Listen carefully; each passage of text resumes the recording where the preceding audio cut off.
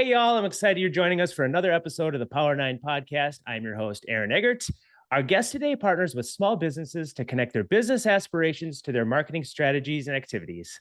On top of that, she's an author, she's a mom, she's a rock star. She's a Coalition 9 facilitator. I am so excited to introduce you to my friend, Katie Walter. Katie, welcome to the show. Hi, thanks for having me. All right. This is, what I'm super pumped about is I got to hear your story a couple weeks ago because we kicked off your C9 group and I don't think I've heard that story. So that's fun to be able to, as soon as we were done with that session, I literally made myself a note. I'm like, have Katie on the show. So that I'm super excited about. And just, you're the first person to go from being a member to being a facilitator and a member. And that's always been part of my vision with the community. So I'm so excited to be able to just amplify you and all the great things that you do and just the human that you are. So thank you so much for being on the show. Yeah, thanks for having me. So before we dig in, let's get your pronouns taken care of so I can address you in the right way moving forward. So will you please share those with me now? She, her. Awesome. Thank you so much. So let's dig into the childhood stuff because we unpack some things from there, and that kind of translates into where you're at now. So where were you born and raised? So I was born in southwestern Minnesota, and we lived a lot of different places up until first grade. And then I was raised in Nevis, Minnesota, which is about 3 hours northwest of the Twin Cities, near Leech Lake, Walker, Park Rapids. Yeah. These are all the reference places I have to give so people know Nevis. What was it like growing up in just like pure, it was all rural, right? Like you had nothing, did you have much access to the quote unquote city, or was it just always all rural? It was all rural. So there were 25 kids in my graduating class. That's public school. 400 kids in our K through 12 school. My mom was a teacher there, so that was nice because I could get rides a lot. And if I forgot my money for the volleyball dinner after school, I could go ask my mom for stuff. I walked to school every day. We came to the cities, so we call them the cities because that's what you do in rural Minnesota. I do now. And yep. And we'd just come a few times a year, and my parents were both uncomfortable driving in the cities. So it was always a very mysterious place. And then my siblings kind of all moved here. So that was when I was in late high school and college. I had more access to Minneapolis and St. Paul, but mostly it was like rural roads. Yeah. Small school. Park Rapids had a Pomida. So that was our closest, retail. You'd have to go to Bemidji for Target. Is that the kind of rich rural detail you're looking for? That is what I was looking for. That's kind of a little bit where I live now. I'm only an hour from the city, but I think we do call it the cities. And, you have to go to Glencoe to go to Coburn's. And if you want to go to Target, you have to go to Hutch. So a little bit of that, but you were just a lot further away. Plus, our schools are a little bit bigger here, but a small town like that, like you grew up in, that's a pretty small class. How big was your family then growing up? So I'm the youngest of 5. My oldest brother is 12 years older than me, and then 11, 10, and my sister is 5 years older than me. So the boys were high schoolers when we moved to Nevis, and I was a first grader.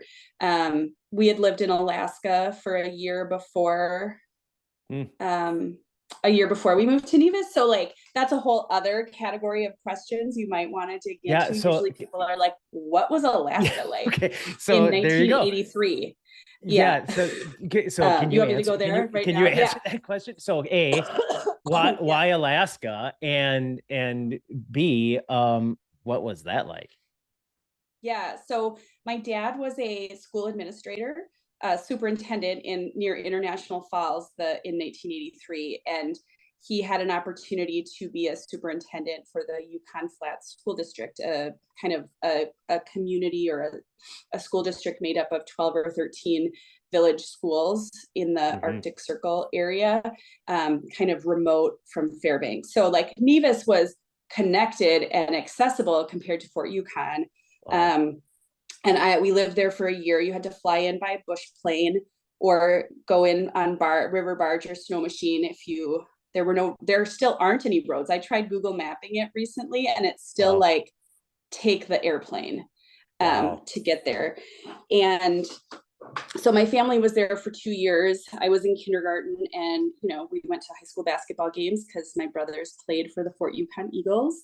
And my sister was in Girl Scouts and I went to half day kindergarten and hung out with my mom.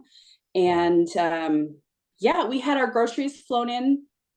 Like they had to fly our groceries in from Fairbanks because, and this is a great story. So the woman who ran the grocery delivery service had very low overhead because she had a baby on the airplane and the airline gave her free airfare for life. And so she turned that into a grocery delivery service between Fairbanks and Fort Yukon, which is like brilliant entrepreneurship right there in, you know. She took advantage of that system. She took advantage. So she brought us our powdered milk and tang and pilot bread and and my and we ate a lot of canned salmon. My mom made a lot of bread. Wow. Yeah. So that was a year. But you were young though, right? Like you said, you're kindergarten. So you still have some pretty vivid memories of that time, even though that it was a year and you were 5 or whatever. Yeah. Yep. I have a lot of vivid memories. And my brother ended up marrying a woman he met in Fort Yukon as he joined the military out of high school. And so I have 2 nephews who still live in Fairbanks and are part Athabascan or half Athabascan and connected to that community still. So it's like that time is so, even though it was only a year for me and 2 years for my dad and brothers, it was like found pivotal for our family. Wow. Yeah. We could go. This is only an hour podcast and we got to get 9 questions at the end, but boy, I could go 9 ways to Sunday on that one. So, you know, I think about this, like all these kind of these transitions and stuff like that. One of the things that I always ask people that when they decide to go into entrepreneurship or leadership, in your case, entrepreneurship, is that nature versus nurture, right? So it sounds, you know, you both have your parents were really rooted into the educational system, being a teacher and a superintendent and stuff. And you come out being a CMO. And so very different, right? They're very different paths. And made a pretty big decision to start your own business. Where do you think the nature versus nurture thing falls into all of this? Well, I think I answered this in your pre-work with baby, I was born this way. And I think that has to be true because like, I think my parents wanted a safe, steady, predictable life for me. Like I was conditioned, I think, to get a steady paycheck and take it easy, right? And not take it easy. Like they're hard workers and we're hard workers, but like my mom is still uncomfortable with the fact that my income is variable and she's 80 and I'm 44 and we're still like, she's still like, really, you don't want to just go get a full-time job? Right. So I don't think that I was not nurtured to be to rebel. That's 100%, or to be kind of go it alone. But I think I was nurtured to ask a lot of questions, not be content with what I'm handed, to make sure that I'm getting what I need out of a situation. I think that was a big part of how my mom loved me and cared for me and raised me. And so she just didn't get to control the outcome, which is that at the end of asking all those questions, I'm like, I think I want to work for myself. Yeah. Yeah. Well, I think, you know, and you will get into like kind of the why behind why you made some of these decisions to work for yourself. But let's rewind back a little bit. So what was kind of your jam in high school? So going back, you know, after Alaska, all that shenanigans, and then coming into living in Nevis. what were you into? What was kind of the stuff that you were, the sports or activities or whatever? So this is the great thing about being in a tiny school. It's the great thing and probably the overwhelming thing too, but you can do everything. Like they want you to do everything because there aren't enough people. We had this amazing music and theater teacher who did, we had band, choir, and he produced a musical every spring. And I was in all of that. And like, I mean, the amount of giving this man did was incredible. Now, when I think Yeah. about it, my capacity as an adult to work that hard and how much he did for us in our tiny little district. So musicals, musical theater, I played volleyball. I was in a group called Future Leaders of America. Of course I was. And that was another teacher who just like gave and gave and gave to give us opportunities. So we had these amazing teachers who were willing to go and able in that time to put a lot into us. And I think that was a big part of why I've been able to be successful kind of in college and beyond. And what else did I do? Knowledgeable. Yeah. So you're kind of a good Yes. blend between like smart stuff and athletic stuff, right? Right. Well, I was on the volleyball team.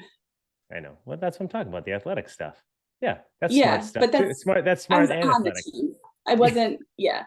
Oh, I see where you're going there.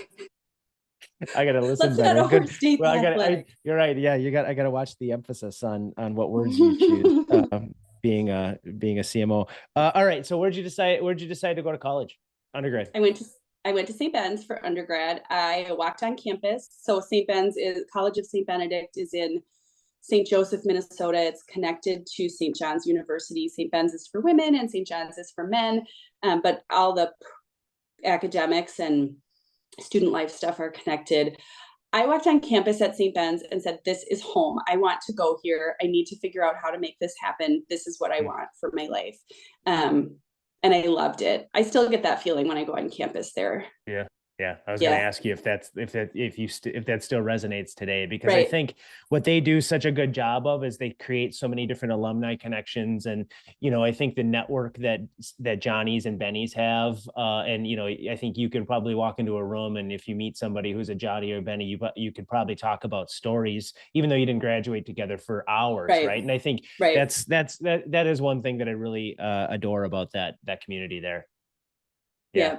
Yeah. Where'd you decide to say, and then you got your MBA. And so what did you decide to do for after you went to St. Ben's? Yeah. So it was I was determined to go to grad school, but I didn't know. I took all of the grad school admissions tests except for the MCAT. Like I did not know what I wanted to do, but I'm like, maybe I'll be a lawyer, maybe I'll go to journalism school or be an English professor, or there was something else. And what I sort of decided after working for a couple of years in communications for a small trade association, and then I worked in politics for a little while, was that I wanted a job where I could live where I wanted, have relatively reliable working hours, and have a life outside of work. And that meant like, well, I don't want to be a professor because I would have to move wherever the jobs are, and I don't want to. I don't know. It just took everything off the table, and I'm like, actually, I like communication. So I like corporate. I just didn't know those jobs existed, and that's something my husband and I talk about a lot. He grew up in small town Minnesota too. Is that if you don't grow up with corporate parents, it's really hard to know what kinds of jobs exist in a corporate environment. My parents were educators. His dad's a carpenter and his mom worked in the school in his town. And so I just had no idea what corporate life was like. And stumbled my way into a communications job at Thomson Reuters in 2002 and found that I actually really loved it. I loved the people. I had a big audience. Like I was writing for 8,000 people compared to maybe some of the things I'd been writing in a more journalistic capacity. I was learning and growing, and then found that actually getting an MBA would give me the advancement that I wanted in order to advance in a job and still sort of have some control over my life. Yeah. I got my worst grade ever in financial accounting. I did not understand what was happening in that class. Yeah. Which Yeah. that doesn't surprise me, right? I think Right. you're a highly creative person, and sometimes, you got to focus all your energy on one side, and the linear side, financial side, we'll let the pros figure that side out, and you can Right. keep creative, right? So Right. let's rewind a little bit then so you mentioned your job at the trade association, at a trade association. What's a trade? What do you mean by that? Oh, yeah. So a trade association is like the American Medical Association or the American Bar Oh, yeah. Association. Okay, I know what you're saying. Yeah, Yeah. Okay, cool. So what was this trade association for? What did they focus on? debt collectors. Ooh, yeah, good times. Yeah. Yeah. It was Yeah. not like awesome. Like it was Yeah. not it That did not sounds fill my jar. yeah, that sounds like a really sexy thing to write about. But I did meet my husband there. So I count it as a win as a first Huge job. win. Huge Huge win. win. So I'll take yeah, it. was that a big so was you leaving there a part of, like, you met your husband there, so hey, I need to get out of here because I don't want to be at the same place my husband is, or did you it was just time to go because you need to do It was something just else? time to go. Yeah. I mean, we were Yeah. together for a year before I left, but I wasn't growing. I wasn't learning. Mhm. I didn't have anyone I worked for who could make me better at what I did. Mm. And so it was time to go. What about the political stuff? So you worked in politics for a pretty good time. That had to be a hell of an experience. Yes. So it was 6 months. My friend, a high school friend who's also at Johnny, worked for the DFL. And oh, is it okay if I say that? Oh yeah, you I'm a can talk about, yeah, heck yeah, yeah, I'm a DFLer.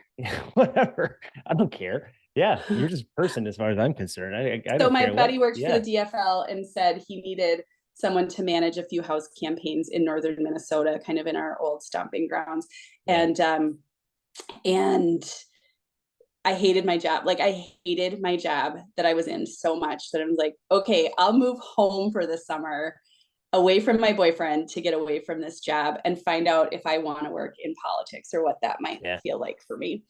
And it was a lot of door knocking, which I love, and fundraising, which I also kind of enjoy. And but it was also just a lot of taking care of. I had one candidate I worked with the most, and then a couple of others I supported a little less. Um, but most of my time was spent supporting one person, carrying her purse. Um, she wouldn't let me drive her though because she didn't like my driving.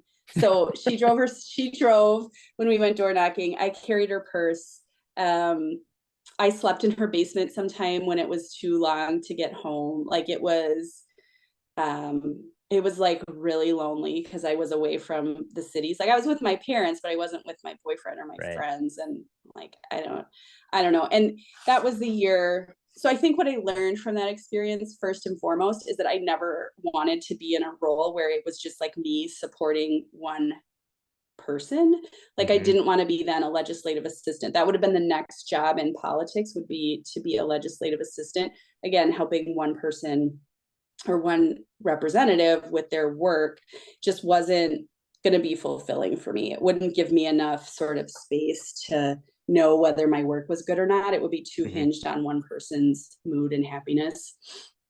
Yeah. And that was 2002, 20 years ago, the year Paul Wellstone died. So Mm. the DFL suffered, really did very poorly in those elections, and there wouldn't have been a job for me anyway. But by that point, I'd actually already taken a job at Thompson. I was just waiting for the election to be over because I knew that the legislative system wasn't like the next place for me. Right, right. I'm gonna get into your time at Thomson Reuters, or West at the time. Mm-hmm. But before we do that, I'm gonna take a quick break. We're gonna listen to a few of our community supporters, and we're gonna be right back. United Healthcare believes there's no limit to what care can do. UHC is continually focused on building a modern, high-performing health system via improved access, affordability, outcomes, and experiences. With a network of over 1.3 million care professionals and 6,500 hospitals and care facilities, United Healthcare is dedicated to connecting you to better health by offering quality benefits designed for affordability. Go to uhc.com for healthcare plans, resources, and more information. United Healthcare, helping people live healthier lives. If you're anything like me, you know enough to be dangerous when it comes to finance, yet need some help when things are complicated. All-in-One Accounting provides the right financial expertise and leadership to align with your stage of growth. From outsourced accounting and bookkeeping to strategic financial planning, the team of accounting rockstars at All-in-One Accounting are passionate about positively impacting the lives of their clients. Check them out at allinoneaccounting.com. All-in-One Accounting, taking our clients from financial chaos to business clarity and beyond. Listen, people, everyone needs a bank. Not just any bank, a good community bank. From personal needs like checking and savings accounts to business services like financing and M&A support, the team at Flagship Bank is there to provide you with the assistance you need so you can spend less time thinking about your finances and more time enjoying what your money can do for you. To learn more, head over to flagshipbanks.com. That's flagshipbanks with an S.com. Member FDIC, Equal Housing Lender. Flagship Bank, investing in you. When you think of a typical CPA firm, you probably think of tax planning. Well, that just scratches the surface of what Boulay offers their clients. By providing smart, in-depth thinking from experts in accounting, audit, tax, and business consulting, they know what it takes to achieve financial success. Whether it's protecting your business, building your wealth, or securing your future, you can count on Boulay to go beyond addressing just financial matters and providing you with tailor-made, workable solutions. Learn about all they have to offer at bouleygroup.com. Boulay, helping you get there. All right, we're back with Katie Walter, and we're going to continue on with her journey here. So after, the politics, one back home, like all of that part of your life, now you had to, it's kind of going back to where you had wanted to create this future for yourself, right? And go find that job that kind of met all those different criteria. So you decided to go to West Publishing, which is now Thomson Reuters. Right. Why did you choose there? And I mean, there had to be something that really sung to you. And then, and after that, what kept you there for so long? Yeah. So I said earlier that I didn't understand corporate jobs. So part of the reason I picked West is that I knew 3 people who worked there. And so it just worked, including my boyfriend had gone and worked there after, we were there together for 12 years. We just kept working. Really? We just loved being in the same buildings together, I guess. But Mike was there, my roommate was there, another girl we had gone to St. Ben's with was there. The head of the communications department used to chair the Minnesota DFL. I was like, this is perfect. But they had a job at a time when I needed a job, and all the sort of stars aligned to say, go work here in communications. I showed my parents the job description, my mom and stepdad, and they're like, I don't understand what this is. I'm like, I don't really either, right? Engagement and stuff. So what year was that when you started there? 2002. So today would be my 20th anniversary if I were still there. Really? Today? Today we're recording actually? Today, November 11th. Fascinating. Yeah. Fascinating. Mm-hmm. I'm gonna go buy myself a cake. Yeah, do that. So how much has the landscape changed from the work that you did then in 2002, where there's no social media, there's limited amount of digital strategy? How much has that or had that changed from the time you started until when you chose to leave? That had to be just a day and night evolution. Yeah. So I was there from 2002 to 2018, 16 years.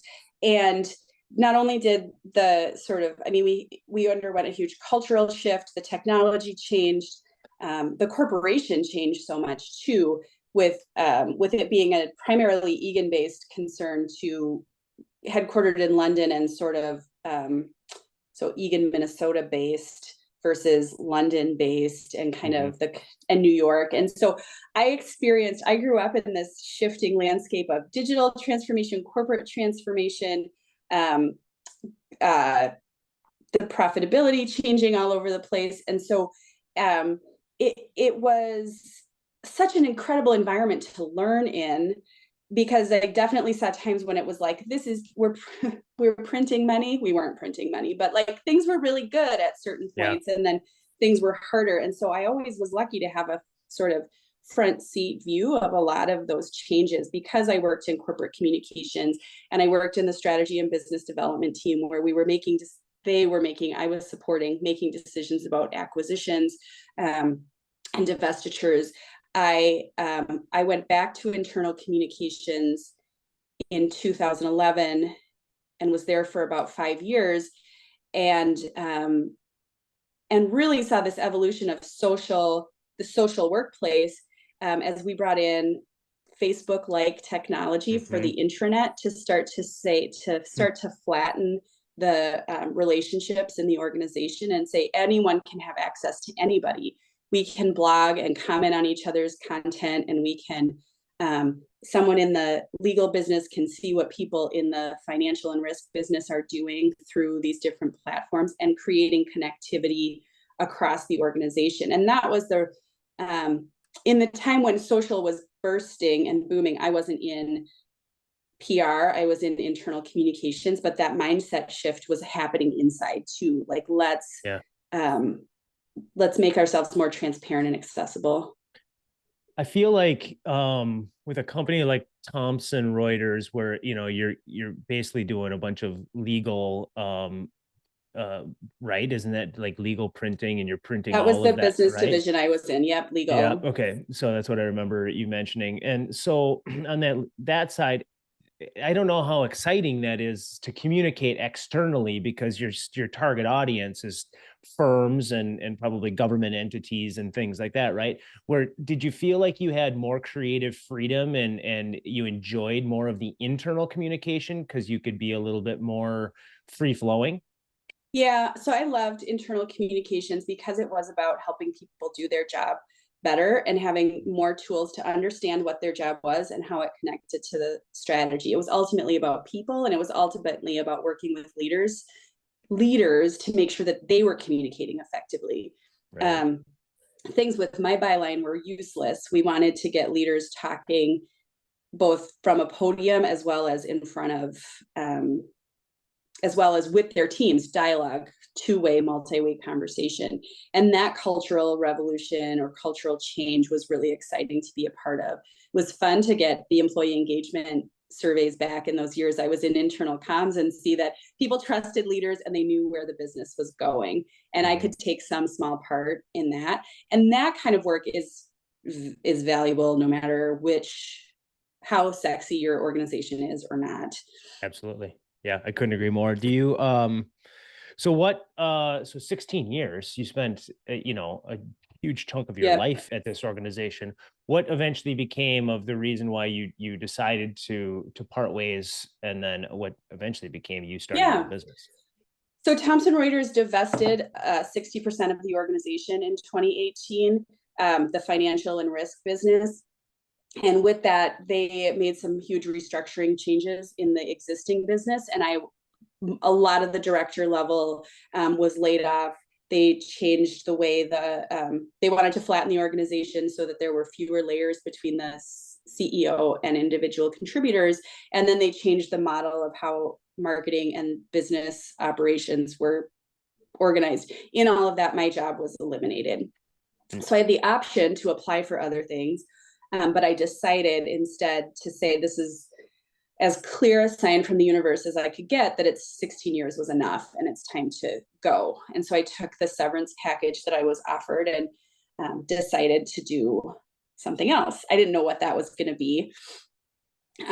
People would say, let me know where you land. And I was like, I don't want to land. I think I want to be a hummingbird for a while. I think I'm just going to Love that.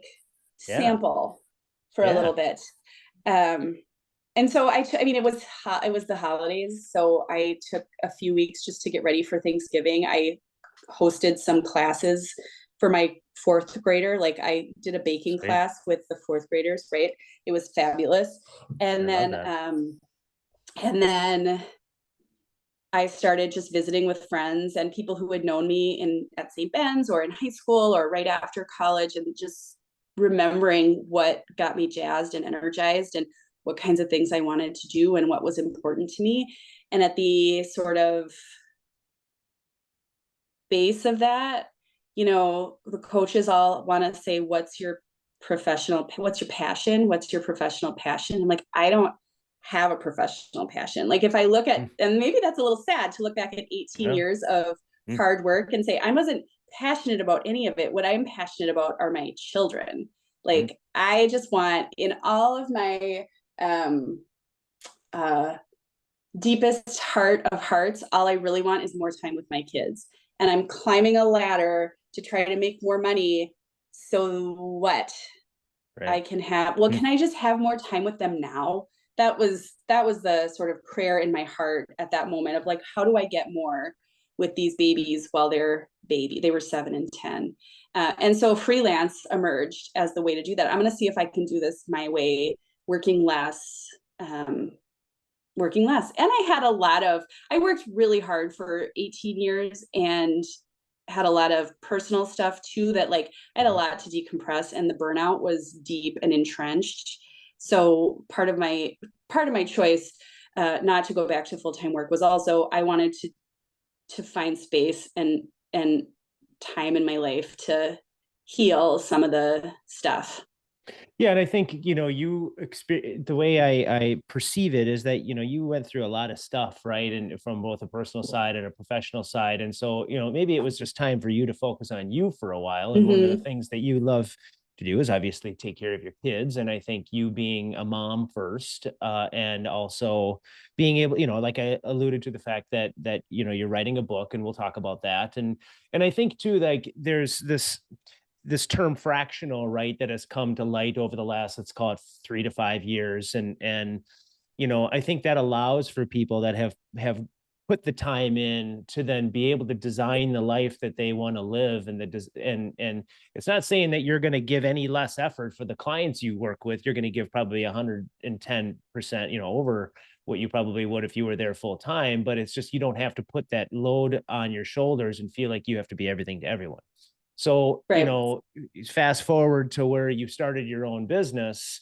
Do you feel like you're realizing some of those dreams that you had of being able to have that flexibility, be the mom first, and continue to give good service to the people you partner with? Yeah, I've been saying this since 2019, and I said it throughout the pandemic even. I've never been as happy as I am right now. Like in my entire life, I have not had as much happiness, joy, contentment, and well-being as I have since 2019, since I started working for myself. We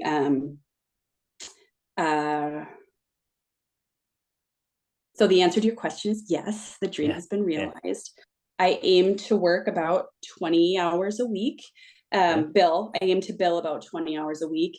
I've been fortunate with my network has been generous, and I've had enough work mostly to do that. There's definitely ebbs and flows and dips. But I take care of my kids when they're sick. I take care of myself when I'm sick. I take off spontaneously to go to the mall sometimes because they want to go buy shoes. I mean, I had a lot of flexibility in my full-time job too, but I didn't have any mental liberation.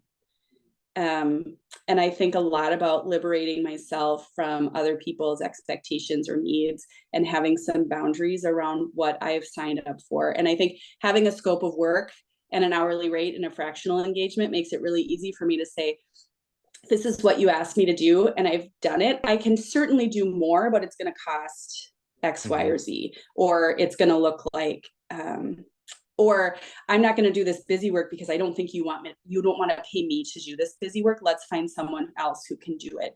And my attitude when I was a full-time employee was really like, whatever it takes to get it done. And if no one else is going to sign up to get this done, then I'm going to do it. And I'm going to stay up all night to get it done because I agreed that this is going to happen. And like, that was not sustainable. So I needed to do a lot of work on myself. In order to be healthy. And that was part of it. So I think what another reason why I wanted to have you on the show is because you're unapologetic in talking about that, and where I think a lot of people maybe will shy away from that because we live in a society that says like you need to work more in order to make more or whatever that is. And I think I think I think that entrepreneurship goes a lot of different ways, and I think you deciding that you wanted to design your own life and have a business that works for you rather than you working for the business that you own is admirable, right? And so I think it's really important that we're listening to you. We're not only listening to you, we're hearing you say these words, and that it's good that you've given yourself this grace and you've built this the way that you want to. Um, okay, so I think everybody is pretty like up on what a fractional CMO is, or a fractional CFO, or fractional this, fractional that, right? So, but I think on the CMO side, like everyone kind of has an emphasis of where they Mhm. really feel like they focus the best at. Where do you really provide the value for your clients, and where do you really fit in the best as a fractional CMO? Yeah, so I always say that and you said it in the introduction, but the value I bring as a CMO is connecting the business plan to what the marketing actually looks like. There's a huge layer of translation that gets lost from an executive leadership team to an agency at the Mm-hmm. end, right? There's the leadership might be vague, and the agency thinks they hear what they need to do, but they're out of sync. So in the most general sense, I lean mostly on my internal communication skills. Like, are we clear? Have you as leaders been really clear about what it is you're trying to do, who your target customer is, and how they like to buy? If we haven't done that, so it's leadership coaching and working with that team, and then making sure that's translated into direction that our execution partners can do. So being a pain in the butt is kind of my core strength as a CMO, because if you say, well, no, everyone's going to buy it, then I'm going to push you to say, well, no, who's everyone and what do they like to do and how do they like to buy? It's not, we can't just say it's for everyone. And then from a marketing skills perspective, content is my first love. Building thought leadership content and work and material that is going to engage with people no matter where they are in needing to buy your product or service. Let's make sure that we're talking to them like people. Our marketing looks more like edutainment, education, entertainment versus sales material. Content that's of value in and of itself, because I see that approach working over and over and over again. Yeah. And I also And think I like too to that, write, you know that. yeah, I do. Well, and I think too that one of the things when someone's going to bring a fractional role on like this is that you have to be a culture fit too with the leadership team. And I think that's probably where you're a little understated in yourself, is that you got a great personality, and you're witty and funny. And I think having that as part of a culture is good to have, even come in, for a limited time per week and things Right. like that. So I think that's kind of fun too. Okay. So we talked, and also I want to say, when we do after we get done with 9 questions, I want you to share how people can get a hold of you, because if they want to talk to you about what you do, or just get to know you a little bit better. So we're going to do that. Then the one other thing I want to touch on is that you're writing a book, and Yeah. this is like a work in progress, and I think it's a little bit of a passion project, so it's going to take a little bit of time. So where are you in the build of this book, and just kind of a synopsis of what it's about? Yep. I may be a third of the way to a first draft. The book is an exploration of my relationship with my dad. He died 6 years ago. He was an alcoholic and not super present for us. Sober for 30 years, which was, I think, his great achievement in life. But even still, it was not a good relationship. And that's affected me. I'm looking at how that's affected me, how it's informed how I've parented and cared for myself to this point, and how it's gonna inform how I go forward. I think I'm more like my dad than I've ever been willing to acknowledge. Not because in all the evil ways. Like, I just think Yeah. I'm more like him than I ever looked at. And this is my chance to look at what that might be. Like, Right. I think he was very passionate about his work and he burned out on it, and things happened in his life because of it. Like, I think that's a thing that's happened to me too. Yeah, and I think I was going to mention this earlier, and I didn't know if I wanted to go there yet. But since you're talking about the book, is like I look at the nature versus nurture thing that we were talking about, and you said, "Baby, I was born this way," and I do think a little bit of nurture is that you do have the little bit of that risk taker in you, and the part that your mom doesn't understand because you all up and moved to Alaska for a year, and because your dad got a job and he took that risk, so maybe there was that risk taker in him that Yeah, you have in you. So I think there is, I think everybody's got a little bit of nature versus nurture. There's maybe just a yeah, little bit more emphasis on the nurture with you or on the nature with you. Um, and then also, you're a C9 facilitator, and I think one of the things that you have a natural gift with when we were building a new group, you threw your hat in the ring, and I snapped it right up because I think you have a natural curiosity that I love. That is like the number one quality that all of our facilitators have, and that just comes super natural to you. So I think as you look at some things in the future, I know that that's in your repertoire and having this portfolio lifestyle of being a fractional CMO, an author, and then also a facilitator that creates other income streams for you. So I think if people had opportunities for you to be a coach or a facilitator for something that they do, I know you're definitely open for stuff like that. yeah. Thanks, Aaron. Hell yeah. Okay. And then last thing I want to do to kind of put the cherry on the top on our conversation is your family. I know your family means more to you than anything else. So please just talk about your family a little bit. Yeah. So I have two kids and a lovely husband, Mike.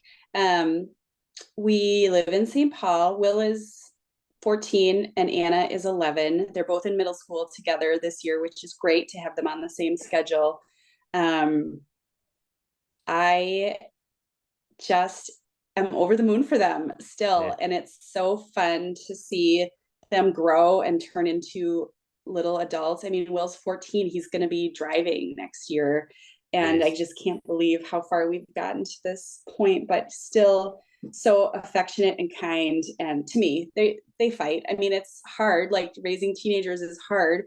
And Right. then when I look at this book that I'm doing about relooking at my own childhood, I'm like, oh, look at all these parallels. Like, look at what they're experiencing and how that played out for me. So they teach me obviously all the time. They hold up a big mirror to me and show me where I'm not yet healed. Well, are we ever all the way healed? Right, I know. Yeah, right, right. exactly. All right, we're gonna take a quick break here. We're gonna listen to a few more of our community supporters, and then we're gonna jump into 9 questions, and we're gonna get after it. All right. Regardless if you're a startup just figuring things out or a medium-sized organization with a full team, having a legal partner by your side is crucial. Seiler Law is fiercely loyal to their clients and are passionate about removing headaches and roadblocks that can pop up during the growth of your business. Whether you need general outside counsel, are planning a business transaction, or even need someone to help guide you through the estate planning process, the team at Seiler Law are the advocates for you. Visit seilerlaw.com to learn more. Seiler Law, where experience meets pragmatism. If you're a business owner wanting to save money on your overall real estate costs, I want you to give Carlson Partners a call. The team will help minimize your risk exposure and help you leverage the market to see maximized benefits to your next lease, purchase, or disposition. They've advocated and negotiated for hundreds of companies and saved millions of dollars in real estate expenses. With over 75 years of experience representing business owners, let them help you save time and money on your next real estate negotiation. Visit carlsonpartnersllc.com to learn more. The topic of talent is hot in organizations of any size, and I would argue none more than small to mid-sized businesses. That's why it's crucial to have a partner to help you navigate all the HR idiosyncrasies so you can focus on working on your business and not in it. Insperity is a full-service HR partner with a high-touch, high-tech platform helping owners work through challenges like employee retention, company culture, and benefits, just to name a few. Do yourself a favor and explore all they have to offer at insperity.com. Insperity, HR that makes a difference. If you're an entrepreneur or married to one, you likely have a shared vision on your future, but there's uncertainty on how to get there. That's where the team at eWealth Partners comes in. They see you as a dynamic duo, and as fiduciaries, they're committed to helping dynamic duos like you design a financial plan that aligns and empowers you. Navigating the entrepreneurial journey shouldn't add stress to your relationship. It should be fun and exciting. Visit ewealthpartners.com to learn how they help couples like you plan for their financial future today. eWealth Partners, holistic financial planning for entrepreneurial couples. investment advisor services offered through AdvisorNet Wealth Management. eWealth Partners and AdvisorNet Wealth Management are not affiliated. All right, we're back with Katie Walter, and I am so thrilled to jump into 9 questions. You have an amazing story, and I think this is going to give you a little bit more insight into who Katie is. That's the whole idea behind these 9 questions. So I curated these specially for you. Can you confirm to me that you have no idea what I'm about to ask you? I have no idea what you're about to ask me. All right, good. Well, you're quick-witted, so I think you're going to be ready to go with this. Question 1, what was your first concert? Lilith Fair in 1997. Oh, Sarah yeah. McLachlan, Indigo Girls. Yeah. Down at Canterbury, probably. Yeah, I actually remember that. Yeah. Good. Yeah. Interesting. Cool. What is the strangest thing you've ever eaten? Duck vocal cords in a hot pot in Sichuan, China, in Chongqing. Yeah. What took you there? I did a 4-month study abroad program through St. Wow. Ben's, and I managed to get out of the whole time without eating chicken feet, but the duck vocal cords and the blood pudding and the tripe I couldn't avoid. Was it good? Were you pleasantly surprised, or was it like fine? Yep. It was fine. It was fine. The steak was better. Actually, my favorite hot pot ingredient is cauliflower. Oh, that actually sounds really good. Yeah. Nice. Good answer. Are you a call or a text type of person? Text. Yeah, you like to text first. I'm the type of person I just pick up the phone and call, but you're gonna text first. I think that's where I've arrived. Yeah. Yeah. But when I worked in an office, I was a walk to someone's desk kind of person. Like, I was a fan of the drive-by. Yeah, that's good for culture, I think, too. Yeah. Yeah. Would you rather? I'm integrating more would you rather questions into the 9 questions. So I have 2 of them for you. First of 2. Would you rather be too hot or too cold? Too hot. Too hot? Do you hate I hate being cold. Yeah. How's this? Well, you just said the date before. It's November 11th. We're recording this about a week before this is going to launch, and it's cold outside. Yeah, I don't like it. I can't imagine. No, but I think I just need to order new snow pants and get over it. That's what my answer is too cold, because then I can always throw more clothes on. So that's just that's my jam. All right, close your eyes. What is your favorite sound? A baby cooing. I love these answers. That's great. You thought about that too. That was a good one. Yeah. Nice. All right. What is your favorite piece of clothing? My fuzzy robe. You look around the room to see. I thought it might be here. Yeah. Yeah. Hence the note, like being too cold. You like throwing that thing on at any given moment. All right. Another would you rather? Would you rather be able to talk with animals or be able to speak all foreign languages? Speak all foreign languages. Yeah. You're good with not being able to talk to your dog? I mean, she and I have an understanding that transcends language.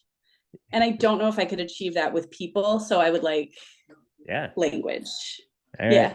Good. I like that question. It makes me kind of figure out where people are at and if they like people. Yeah. If they like people or animals more. You're more of a people person. Just one, because I know you have multiple. What is your superpower? Connecting dots. Yeah. Like, oh, this over here could work with this over here, and we could make something happen, or you should talk to this person. I think I can see possibilities before they're obvious. Yeah. Predicting the future, maybe. Maybe, or a vivid imagination. Yeah, there we go. I like that. I like the connecting the dots with a vivid imagination. We've already answered 8 questions, so here's the 9th one. Where is your happy place? By water. So, and I think it's probably by like calm water, a lake in central Minnesota, northern Minnesota, versus like Lake Superior makes me really agitated, and I love it, But also if I just want to be happy and content, it's kayaking on a smooth lake. I love it. Good. You come up with inspiration and come up with new ideas and stuff like that when you're in that happy place? Yeah. And I bring down my nervous system and all the things that we work on day to day, us anxious people. Yes. You did it. 9 questions. I knew you'd snap right through those. That went quick. So I have to say, as I've gotten to know you, I'm like I've said this multiple times, I'm just so thrilled that you're on our team of facilitators and that you're a member and you bring so much to the community. That means so much to me. And I just think you're just such a cool person and you've got such a great personality and you're quick-witted, and that's all the stuff that I love about you. And I think there's going to be, all these things that you talked about today help people want to get to know you better. And, not only that, but then the services you provide. So, I want to thank you for being on the show, and I want to thank you for being a part of our community. And I want more people to know you. So share with me how you can be contacted. Whatever you go, anything goes. Yep. So I'm on LinkedIn at Katie Walter. And then my website is www.trellis.live, or you can email me at katie.walter@trellis.live. Cool. What is there a meaning behind Trellis? Yes, I support healthy growth. Like a trellis does. Yeah. Very good. Well, Katie, thanks so much for being on the show. On behalf of Katie Walter, this has been the Power of 9 podcast. I'm your host, Aaron Eggert, and I want to thank you for the privilege of your time.